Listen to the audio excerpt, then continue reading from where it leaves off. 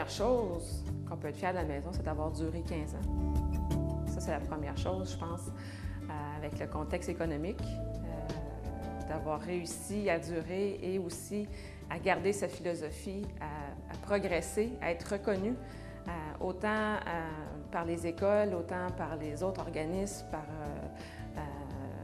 le C3S. Bon, donc, les gens autour reconnaissent la crédibilité de la Maison des enfants. Donc ça, c'est important, moi, je trouve. Puis, d'avoir aidé tous ces jeunes-là aussi autour, d'avoir fait des petits gestes pour les jeunes.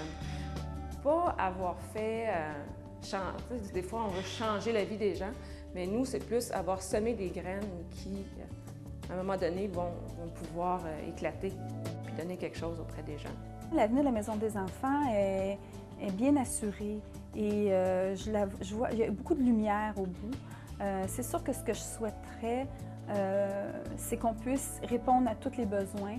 À Chemédé, les besoins sont grandissants, à Laval aussi, mais faire en sorte qu'éventuellement, dans plusieurs petits quartiers, il puisse y avoir des petites bulles de douceur, sans que ce soit des maisons des enfants comme telles, mais des endroits où d'autres enfants vont pouvoir bénéficier de ce genre d'accueil-là. Bien, moi, ce serait un beau succès pour moi si on pouvait un petit peu permettre à plus d'enfants d'en profiter. Et bien sûr, c'est la même chose pour le courrier. Si on pouvait rejoindre encore plus d'enfants que notre outil de confidence à un dauphin, j'en serais très heureuse.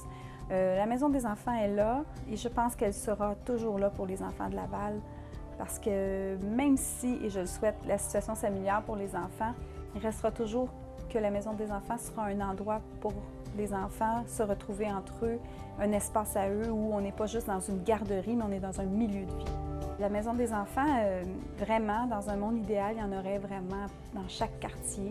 Pour l'avenir, moi, ce que je souhaite, c'est qu'on ait plus d'activités, ou bien d'être capable d'offrir nos activités qu'on a, mais à peut-être plus de personnes, que le service de courrier puisse continuer à progresser, aller rejoindre plus d'écoles. On a plein d'écoles à Laval qui ne sont pas desservies.